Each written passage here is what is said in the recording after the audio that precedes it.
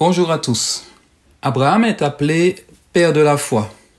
Il est donc un exemple en la matière.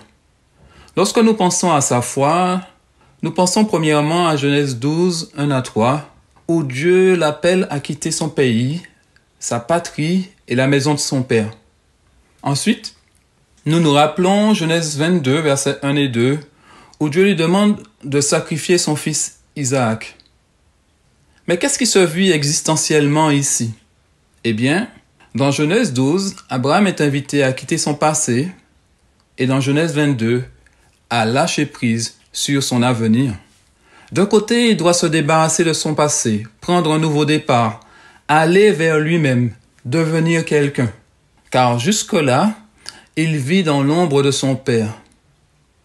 Dieu changera même son nom pour signifier cette rupture. De l'autre, il doit arrêter de focaliser sur son avenir, sa descendance, sur la première partie de la promesse que Dieu lui fait où le Seigneur lui indique qu'il fera de lui une grande nation. Alors que doit-il faire?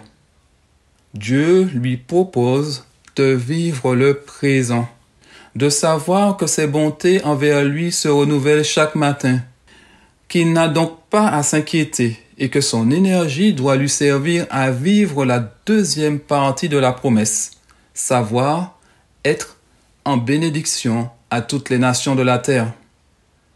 Abraham accepte la proposition de Dieu dans Genèse 22 et Dieu va renouveler sa promesse dans les versets 15 à 18 de ce chapitre. Parfois, ton passé te poursuit et Dieu t'appelle à le quitter. Il te rappelle dans 2 Corinthiens 5 au verset 17 que tu es une nouvelle créature et qu'étant né de nouveau, tu peux écrire de nouvelles pages sur le livre de ta vie. Ne laisse donc pas l'accusateur t'accabler de culpabilité pour les erreurs du passé. Dieu te dit aussi, ne sois pas nostalgique. Les projets que j'ai faits pour toi te donnent un avenir et de l'espérance.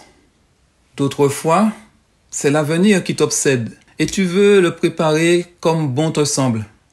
Dieu te dit aujourd'hui, libère-toi de tout cela, fais-moi confiance et vis au bénéfice de mes bontés quotidiennes. L'espérance que je te propose fait de ton présent un cadeau. Sache donc que le présent n'est pas un simple entracte séparant le passé et l'avenir, mais il est une opportunité d'être béni et d'être en bénédiction à ceux qui t'entourent.